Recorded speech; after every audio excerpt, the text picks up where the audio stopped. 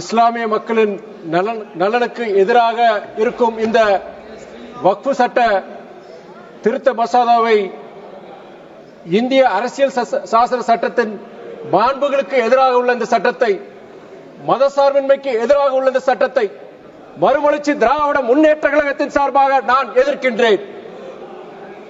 இந்தல் முஸ்தீன வல் முஸ்தீகாத் வ அக்ரலுல்லாஹ கர்லன் ஹஸ்னன் யுலா அஃபு லஹும் வலஹும் அஜ்ருன் கரீம் என்று அரபு மொழியில் திருக்குரான் வசனம் 57:18 சொல்கின்றது.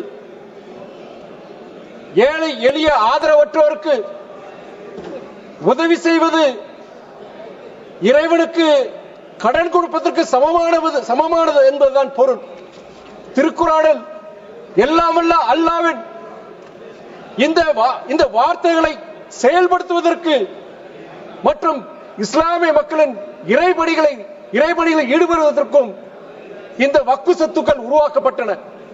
இந்த வக்ஃபு சொத்துக்கள் மூலம் மதரசாக்கள், தர்காக்கள், கப்ரஸ்தான்கள் உருவாக்கப்பட்டன. இந்த வக்ஃபு சொத்துக்களில் பயனடைவர்கள் இஸ்லாமியர்கள் மட்டுமல்ல, எங்கள் தமிழ்நாட்டில் இந்துக்கள், கிறிஸ்துவர்கள் என அனைத்து மதத்தினரும் பயனடைகின்றனர். அதுபோல இஸ்லாமிய மன்னர்கள், செல்வந்தர்கள் மட்டுமல்ல, எங்கள் தமிழ்நாட்டில் பல சமூகத்தை சேர்ந்த கொடையாளர்கள் இந்த வக்ஃபு சொத்துக்களுக்கு தானம் அளித்துள்ளார்கள். அதுதான் எங்கள் தமிழ் மண்ணின் பெருமை. இதை நாடெங்கிலும் பல உதாரணங்களை நாம் காணலாம். நம் நாட்டின் ஒற்றுமையையும் பன்முகத்தன்மையும் இது உணர்த்துகின்றது. ஆனால் இந்த சூழலில் வக்ஃபு சொத்துக்களை நிர்வகிக்கும் இந்த வக்ஃபு வாரியத்தின் அதிகாரத்தை பறிக்கும் இந்த சட்டத்தை நான் எதிர்க்கின்றேன். இந்த வக்ஃபு சட்ட திருத்த மசோதாவில் உள்ள சில பிழைகளில் சிலவற்றை நான் இங்கே குறிப்பிட விரும்புகின்றேன். ஒருவரின் சொத்து வக்ஃபு வாரியத்தில் உள்ளதாக கேள்வி எழுகிற போது அதை தெளிவுபடுத்தும் உரிமை வக்ஃபு வாரியத்துக்கு உள்ளது.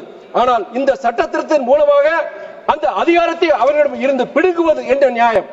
வக்ஃபு வாரிய தீர்ப்பாயம் தவறு செய்தால் அதற்கு எதிராக நீதிமன்றத்துக்கு செல்லும் நடைமுறை உள்ளது. அப்படி இருக்கும் போது வக்ஃபு வாரியத்துக்குள்ள தடையில்லா சான்றிதழ் கொடுக்கும் அதிகாரத்தை பறித்து மாவட்ட ஆட்சியருக்கு கொடுக்க நினைப்பது தவறானது. அதுபோல வக்ஃபு வாரிய நிர்வாகத்திற்கு சொத்துக்களை தானம் செய்பவர்கள் குறைந்தபட்சம் 5 ஆண்டுகள் இஸ்லாத்தை கடைபிடிக்கும் நபர்களாக இருக்க வேண்டும் என்று புதிய சட்ட திருத்தத்தில் குறிப்பிடப்பட்டுள்ளது. கொடையாளர்கள் மதத்தின் அடிப்படையில் பிரிப்பது அபத்தமானது. இது வக்ஃபின் நோக்கத்தை அடியோடு சிதைக்கும் வகையில் இருக்கின்றது. மேலும் வக்ஃபு வாரியத்தில் இஸ்லாமியர்கள் அல்லாத 2 மாற்று மதத்தினரை நிர்வாகிகளாக சேர்க்க திருத்தம் மேற்கொள்ளப்பட்டுள்ளது.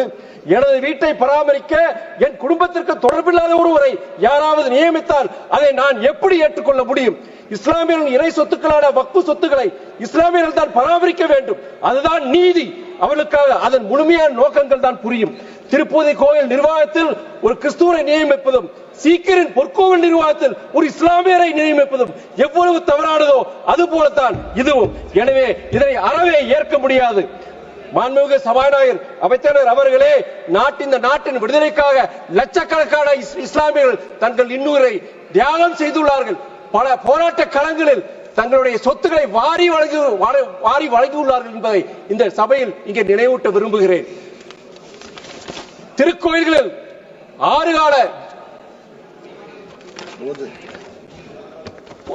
பூஜைகள் நடைபெறட்டும்.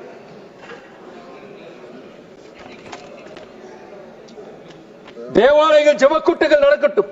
மசூதியில் ஐவேளையில் தொழுகைகள் நடக்கட்டும். அதே போல பகுத்தறி பிரச்சாரம் நடக்கட்டும் என்று கடந்த 60 ஆண்டுகளாக தமிழ்நாட்டின் பட்டி தொட்டி எல்லாம் மத நல்லிணக்கத்திற்காக முழங்கி அரணாக விளங்குவர் எங்கள் தலைவர் வைகோ அவர்கள். அவர் வலியுறுத்திய அந்த மத நல்லிணக்கத்தை நாடு முழுவதும் கொண்டு சேர்த்து இஸ்லாமியர்கள் அச்சுறுத்தும் வகையில் உள்ள இந்த சட்டத்தை திரும்பி பெற்று அவர்கள் உரிமையை காக்க மறுமலர்ச்சி திராவிட முன்னேற்ற கழகத்தின் சார்பாகவும் இஸ்லாமிய சகோதரின் சார்பாகவும் மாண்புமிகு தமிழக முதலமைச்சர் அண்ணன் மு க ஸ்டாலின் சார்பாகவும் நான் கேட்டுக்கொள்கிறேன். நன்றி, வணக்கம். பாதகம் செய்பவரை கண்டால் நாம் பயம் கொள்ளலாகாது பாப்பா.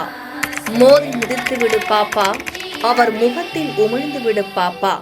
அனைத்து முக்கிய செய்திகளையும் எம் நாடு தொலைக்காட்சியின் டிஜிட்டல் தளத்திலும் உடனுக்குடன் தெரிந்து கொள்ளுங்கள்.